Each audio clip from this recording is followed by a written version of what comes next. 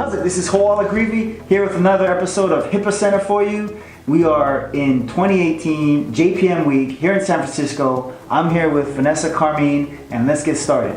Vanessa, thanks for joining us today. Thanks for having me here. Can you tell us more about yourself, the title, and the company you're with? So I lead the healthcare and life sciences partnerships for Zayo Group, which is a global communications company. Great. And you're here in San Francisco for JPM week. We met at the Better Doctor networking event last night. Yes. And now we're doing HIPAA Center. Yes. Can you tell us more about Zayo? I believe you're in the healthcare section within Zayo? Yes. So I'm here at JPMorgan because I'm passionate about our ability to enable healthcare innovation. And Zayo is a connectivity, co-location, and cloud services provider. And so I lead our life sciences and healthcare partnerships. So we work with some of the largest global healthcare organizations, health systems, and biotech companies, as well as everything outside of healthcare as well. That's great. And I think the company was founded in 2007, and over half of the U.S. hospitals are within 1 mile of some kind of data center of yours. Is that about right? Yeah, approximately. Yeah. So we're a 10-year-old company. We were founded in 2007. We went public 3 years ago. We've grown rapidly. We've acquired 44 other. We've had 44 acquisitions, which means that we have not only a global fiber footprint, but also a dense metro fiber footprint. So we have a huge number of health systems and healthcare organizations within a mile of our fiber network. But we do have over 40 data centers also spread around the country and globally. So fiber, let's dig into that a little bit. Yes. What the heck is dark fiber? Good question. Yeah, dark fiber kind of might make you think of the dark web or something like that, but that's not what it is. So what you and I use on a regular basis is lit fiber. So lit fiber, information going across fiber is carried by light. Dark fiber is fiber that hasn't been lit yet, so it's more private and secure. What happens is a health system would lease a piece of dark fiber, which is literally just the fiber. They put their own equipment on the fiber, which allows them to then light the fiber themselves. So they're the only people who know what is going across that fiber. So dark fiber just means it's a private fiber. They own the fiber. They're not sharing it with anybody else. It's not a public fiber. That must be a big value add for healthcare customers. We work with over 50 health systems that use dark fiber, connecting their hospitals and their health systems and their data centers to send data securely and privately. Now, I also saw on your site where you folks talk about future-proofing a network. Yeah. Could you tell us more about that? Yeah, so when we talk about future-proofing a network, what we're talking about is enabling a healthcare system to be ready for the future. So more and more data is generated all the time. We're bringing in new technologies, and hospital systems need to be prepared for that. And one way to do that is to make sure that they have infrastructure, that they're able to really scale, and they're agile, and they're able to be prepared for the future. So a company like Zayo can help them set up a system that's going to be sufficient for their needs in 1 month, 1 year, or 10 years from now. So I understand you guys also do co-location and you have your own cloud offering? Yes. In your experience, how has healthcare received cloud computing in the last 2 to 3 years? This is a great question, and especially relevant in the last 2 to 3 years. So we've seen traditionally health systems keep their data in on-premise or on-prem in their own data centers. Data centers are co-location solutions or co-location facilities, and we've been seeing more and more health systems moving to the cloud. So they're moving data, electronic medical records are being hosted in the cloud. We've seen some large medical and healthcare organizations state that they want to be completely in the cloud within the next 3 years. So in the past 2 to 3 years, the cloud has really been a big part of the data storage and compute conversation for healthcare. That's great. So I asked you last night, but let's cover it again for our viewers. What do you see as the biggest concern in digital health for 2018? Yeah, I think for digital health in 2018, security and privacy is obviously a huge concern. We're seeing a lot of cyber attacks towards health systems, as well as obviously outside of healthcare also. So security and privacy is a big portion. Another part is, as I mentioned, the ability to share data. So interoperability, we're seeing more conversations around that. What does that mean to share diverse data sets while keeping that data secure and private? So we ultimately, the goal is to provide better care for our patients. Now, I understand you have your PhD in neuroscience. I do. What does that even involve? You're the first Getting a person I've met PhD?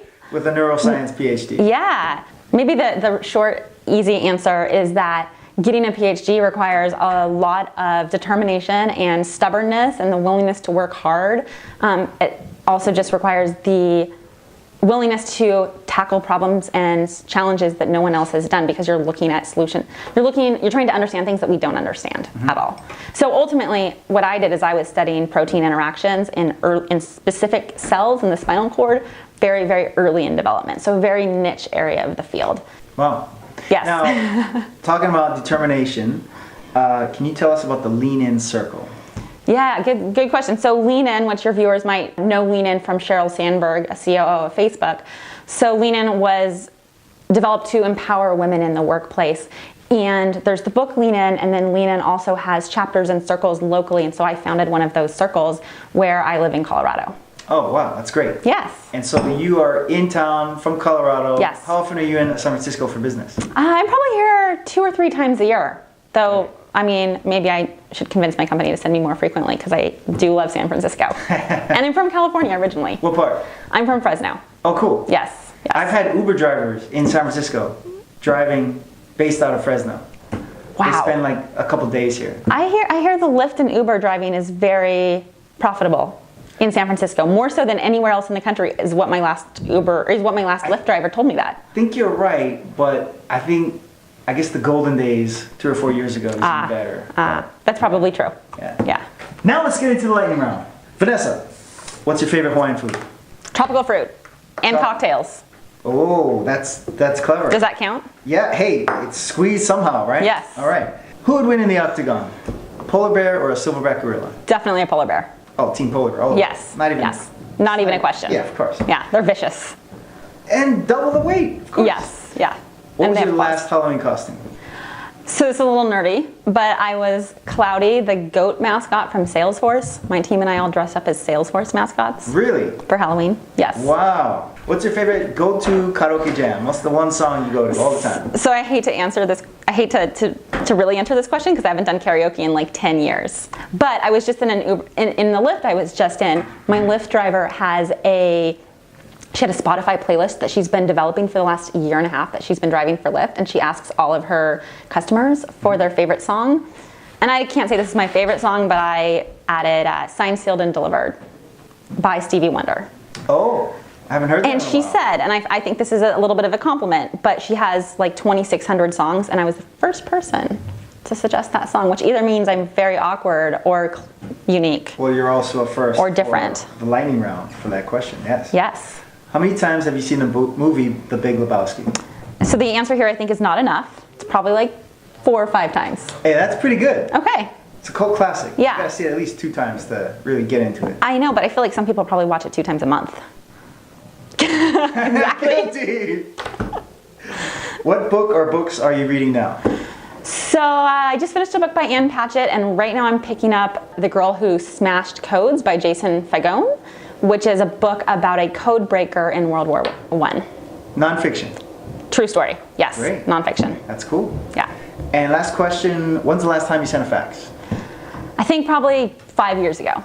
Awesome. Probably to a healthcare We're trying to company. put the fax machine out of business. Ooh, That's what we do at Paubox. The fax machine should go the way of office space. That's right. We held a wake for it during our first ever user conference that back was in November. really thoughtful of you.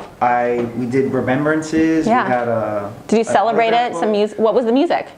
It was more background music and people sharing stories around Yeah. fax machines. We learned one of our employees, for example, did not get accepted into college because he submitted his application to the wrong fax number.